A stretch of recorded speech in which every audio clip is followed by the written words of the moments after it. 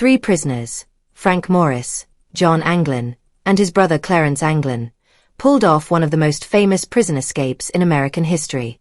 It all began on the morning of June 12, 1962, during the regular 7 a.m. roll call at Alcatraz prison. When the three men didn't answer, a guard went to their cells. Strangely, he saw all three lying in bed. But when he tapped Frank's head with his nightstick, it fell off. It wasn't a real head, it was a fake, made to fool the guards. In the dark early hours of June 11, 1962, these three men had escaped from what was considered the most secure prison in the United States. They had spent months carefully widening the air vents under their sinks, using tools like broken saw blades, metal spoons, and even a homemade drill built from a vacuum cleaner motor. To hide the noise, Frank played the accordion during music hours. Once the holes were big enough, they crawled into a hidden utility corridor behind their cells. They climbed to the upper level of the prison where they had secretly built life vests and a raft out of more than 50 stolen raincoats. They stitched the raincoats by hand and sealed them with melted plastic. They even made wooden paddles and used a modified instrument as an air pump to inflate the raft. To avoid detection, they made dummy heads from soap, toothpaste, toilet paper, and real human hair from the prison barbershop floor. They placed these heads in their beds to make it look like they were still asleep. That night, Frank and the Anglin brothers squeezed through their vents, climbed to the roof, slid down a 50-foot kitchen vent pipe, crossed the yard, scaled two 12-foot barbed wire fences, and reached a spot on the shore that wasn't well watched by guards. There, they inflated their raft and set out into the cold, dangerous waters of San Francisco Bay.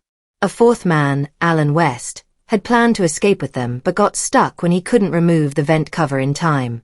Left behind, West later told authorities everything he knew about the escape plan. He said their goal was to reach Angel Island, about 2 miles from Alcatraz. The next day, prison guards discovered the escape during their morning rounds. The dummies had worked. By then, the escapees had a big head start. What followed was one of the largest manhunts in U.S. history. Soon, some clues began to appear. A paddle was found near Angel Island. A wallet wrapped in plastic, containing photos and addresses of the Anglin family, washed up in the same area. Pieces of the raincoat raft were found on a beach near the Golden Gate Bridge, and a deflated life vest was spotted floating near Alcatraz. Despite these findings, the FBI concluded that the men had drowned. They believed the prisoners wouldn't have left behind such personal items if they had survived. After investigating for 17 years, the FBI closed the case at the end of 1979. However, the U.S. Marshals Service disagreed. They believed the men might have lived and kept the case open. As one deputy said, there is still an active arrest warrant, and it won't expire until 2030, by which time the escapees would be around 100 years old. Not everyone accepted the FBI's version of the story. A San Francisco police officer reported seeing a mysterious boat in the bay the night of the escape, adding more uncertainty. The mystery has lasted for decades, and though the official record says they probably died, many still believe Frank Morris and the Anglin brothers managed to do the impossible: escape from Alcatraz and live to tell the tale. On the night of the escape at around 1 a.m., someone reported seeing a boat in the bay near Alcatraz. It soon disappeared under the Golden Gate Bridge. This led to suspicions that the escapees might have had help from the outside. However, the FBI dismissed the idea. But just 6 months later, in December 1962, an inmate named John Paul Scott proved that escaping from Alcatraz was indeed possible.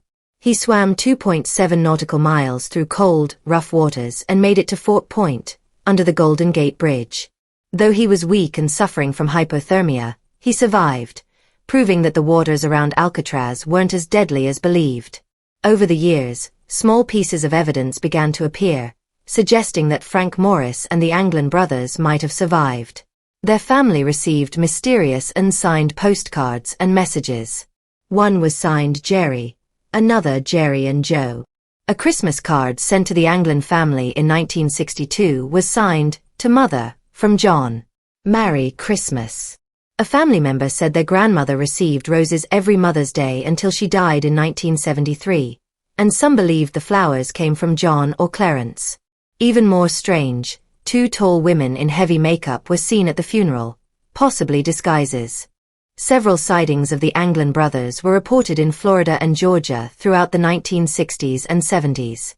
In 1989, when their father passed away, two unknown men with beards quietly attended the funeral and left without speaking to anyone.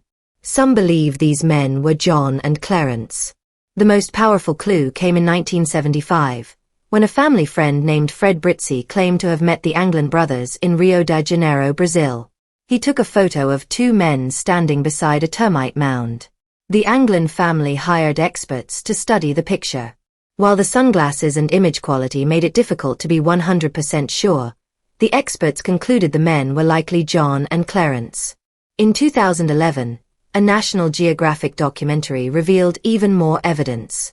A raft was reportedly found on Angel Island the day after the escape, with footprints leading away from it. That same day, a 1955 blue Chevrolet was reported stolen in Marin County. The next day, a driver in Stockton said three men in a blue Chevy forced him off the road. In 2014, scientists at Delft University in the Netherlands used a computer model to study the bay's ocean currents. They discovered that if the escapees launched their raft around 11:30 p.m., they could have safely reached Horseshoe Bay, just north of the Golden Gate Bridge. This location matched where the paddle and some personal items were found, making the escape seem much more possible. In 2018, the story took another dramatic turn. The FBI confirmed they had received a letter in 2013, supposedly from John Anglin. In the letter, the writer claimed he was 83 years old and suffering from cancer. He wrote, "Yes, we all made it that night, but barely." He said Frank Morris had died in 2008 and was buried under a different name in Alexandria. Clarence, he said, died in 2011. The letter asked for a deal: medical treatment in exchange for only 1 year in prison. The writer said he had lived in Seattle for many years after the escape, then in North Dakota, and finally in Southern California. The FBI tested the letter for fingerprints, DNA, and handwriting, but the results were inconclusive. Then in 2020, an Irish creative agency and an AI company called IdenTV used facial recognition software to analyze the 1975 photo taken in Brazil. Their analysis concluded that the men in the photo were most likely John and Clarence Anglin. Adding to the mystery, a family member claimed that Robert Anglin, another relative, had stayed in contact with the brothers from 1963 to about 1987. But after that, no one heard from them again. The family has since expressed plans to travel to Brazil and search for more answers.